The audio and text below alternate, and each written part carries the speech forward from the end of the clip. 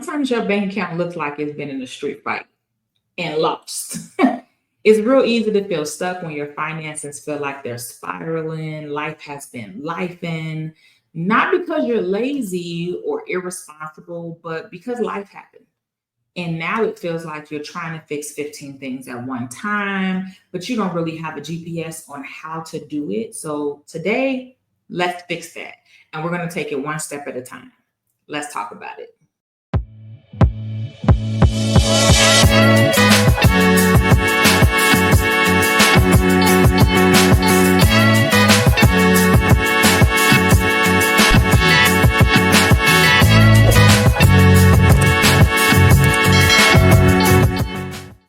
Hey goalies, welcome back to the channel where we keep it real about all things money, confidence, and financial success. If this is your first time here, I'm Nia, the Coin's Confidant, and I'm all about helping you build the confidence and clarity to crush your money goals. Now, we're going to start here. I first want to give an introduction for those of you who are new to my channel. This video will not come with any blame, any finger pointing, any shame, guilt, judgment, any of that. The goal here is confidence and clarity. So if that wasn't clear in my last sentence, I wanted to make it clear before we got any further. This is the moment where we name what's real. And we talk about what's real. We be upfront with it. We look it in the face and we get upfront and personal about what is going on, where we are, and what we're going to do about it. Okay, let's go. So you're behind on bills. You know, you've borrowed from your retirement, all your credit cards are maxed out, or maybe you have 5 different buy now, pay later payments that's consistently swallowing up your check. And I want to start by saying that there is nothing inherently wrong with buy now, pay later. You do need to be aware that a lot of them now are starting to report to your credit. So that short-term quote unquote loan will be reflected on your credit depending on who the person is. But it also is important to note that it's nothing inherently wrong with it. You're working to keep more of your money in your pocket longer. The problem comes in when you consistently take on buy now, pay later options, and now they're swallowing up your paycheck, and it's no longer as affordable as it was intended to be originally. So I also want to add, that doesn't make you a failure. It just makes you human. But to reset, you're going to have to step back and take a look at the full picture without guilt. So I want you to write it down. Like, yes, get a piece of paper and a pen and write it down. This is your money story, and you have to pick up the pen. You have to pick up the pen in order for you to do what you need to do. Okay? So let's have a real conversation. I said we were going to talk about it. What do you owe? Who do you owe? And how much do you owe them? For how long will it be? And how much are they charging you to owe them? These are the questions you must ask yourself first about your debt, because this is what's going to give you a big picture of what has to be done to get you where you want and deserve to be. Okay? Because that's what we're trying. That's why we're here. We are trying to get you where you desire and deserve to be. Okay? So once we're figuring it out, we know what we owe, we know how much we owe, we know how much they're charging us, how much interest it's costing us. We know what the full limit is on what is extended to us. Okay, we're getting some ideas, we're getting some clarity. Okay, what do we have that's past due? Do we have bills that's already past due? What bills are those? What bills are currently past due? Because you're going to create a priority list of what needs to be done in what order. And obviously you want to do the order that's the least damaging to your finances. You know, we're going to get it together and get it right. We got to get it all the way right. Okay. Now, the question you must ask yourself when it comes to priorities, that answer is going to look different for different people. For me, it might look different than it is for you.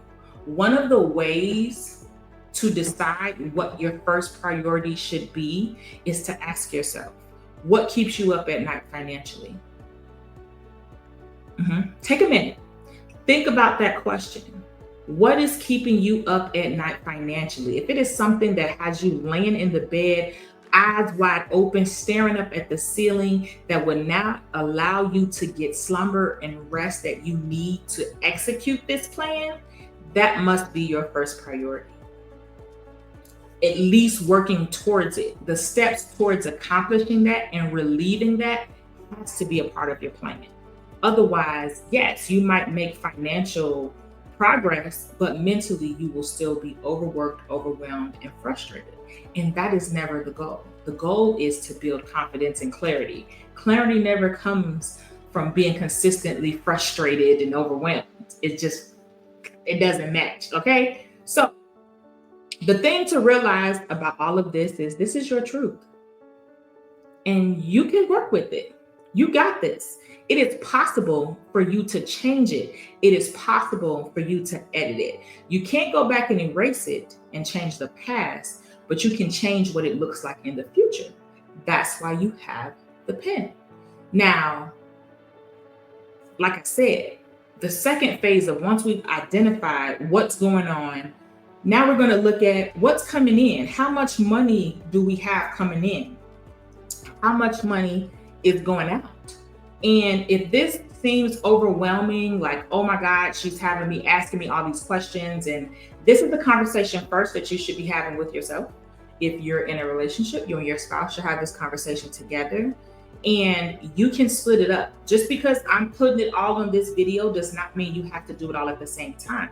You can spread it across a week if you want to, if that makes it more digestible for you. But at the end of the day, that's something for you to do, and these are steps for you to take. This video will be here and available. You're more than welcome to listen to it as many times as you need to. So now that we got those figures, the goal is, like I said, figure out what's the highest priority, what's urgent, because the goal is to focus on creating some breathing room. We're not aiming for perfection. We know we can't accomplish everything that we need to accomplish in a day. So what will allow us some breathing room and help us accomplish more? What's the strategic move? We got to make our next move our best move. So look at everything you listed, everything you just wrote down in phase one. And now, what absolutely has to be paid to keep our life running? Rent, light, gas. Is the gas bill past due? Is the light bill past due? Those things that are a necessity for you to continue to function. What's going on with those bills? Those are the next thing. What's going to hit your credit and cause you to get a bad mark on your credit? What is draining your account that could be paused, canceled, or rescheduled? Think of things like buy now, pay later. Sometimes they have where you can adjust the date. Think about subscriptions. Do you have any subscriptions that you've had over 6 months and haven't used it? They got to go. You need to create breathing room in your finances, okay? Because you're not using them. Or you can also ask lenders if they have any hardship plans, any extensions of payments. Sometimes they do have those options, but in this time, you want to prioritize minimum payments just to keep your accounts from creating any further damage in your finances. So initially right now, it's not about fixing everything. The goal right now is just to stop the bleeding. That's the original goal, okay? So we know what's urgent. We're making progress. Now that we're on phase 3, we have to set up our first goal. It's going to be some goals because I've learned over helping clients over the years that they need something to work towards. And so that's where that becomes important. You need to set a goal. And now that you've stopped the panic cycle, you kind of can clearly look at what's in front of you. You know what you're dealing with. Now you got to shift to, okay, we're not surviving anymore. Now we're creating strategies to get things done. Okay? You see where I'm going with this? You see where we're going? You see where we're going? Okay. So now that we're here, pick one clear, manageable goal that you can focus on that goal for the next 30 days. Is it catching up on whatever utility bill that's behind? Is it paying off your smallest buy now, pay later balance? Maybe put $50 in an emergency fund. Because if you don't have a savings or any emergency fund, this is a great time to start. And you don't have to start it with a whole bunch of money. As long as you're consistently adding to it and not subtracting, it will grow. So maybe set up a payment plan for your retirement plan loan if you took a loan out from your retirement plan. It just depends on what you wrote down, because the thing is, personal finance is personal. Only you know what your finances look like, what situations you have to tackle, what's going to be the highest priority. So that's what's going to help you decide what strategy is going to help you best. Because clarity every day of the week is going to be complexity. And when you win small, you're going to build momentum. I've said it on here, I don't know how many times. So I'm going to continue to say it until y'all get tired of me saying it. But those small steps create big wins. Now, for your last phase, it's going to be rebuilding, because we're not just clearing this up for no reason. We're going to rebuild with confidence and not shame. Confidence does not come from, oh, everything is perfect, I did nothing wrong. It comes from you showing up even while it's messy. It comes from you showing up despite it being messy and you taking the necessary actions to clean it up. So that's why I like to teach you how to fish, because the goal is for you to be able to get yourself out of this situation if you ever were to come here again. Because to be completely honest and transparent, life has ups and downs. There's no guarantee that you will never ever have a financial hardship again. But the goal is for you to know what to do next time so that you can handle it different. So I'm going to show you what rebuilding looks like to give you a painted picture as best I can. You automate one payment, okay? You're able to now check your bank account, check your credit card statements without having to panic, without worry, without anxiety building up while you're typing in the password. You say no to something that you know is going to throw you off track. You know this is not going to do anything to help you reach this goal you just set. And so absolutely not, it's not allowed. And if you're not sure what to do next, ask the question, Google it, okay? Do not let shame keep you from getting the support that you need. The goal of this is to give you education. This is not financial advice, but this is your invitation to stop hiding and start healing. You are not the worst thing that has happened to you, money, okay? You are the person who's making a decision to do something and decide what happens next. Is who you are. You can't fix what you won't face. So if you don't take this necessary eye-opening, vulnerable state, well, eye-opening, vulnerable action, rather, is the best word, how can you fix it? You can't fix, if I can't see what's in front of me, how can I go forward? So the goal is we're going to face it with grace, not guilt, because this is not about guilt. This is not about pointing fingers, remember?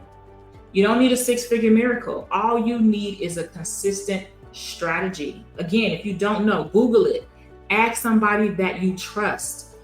Book a free consultation with someone that you trust, which includes me. That link is always in the description for you all below, okay? Until next time, keep showing up for yourself and crushing your money goals.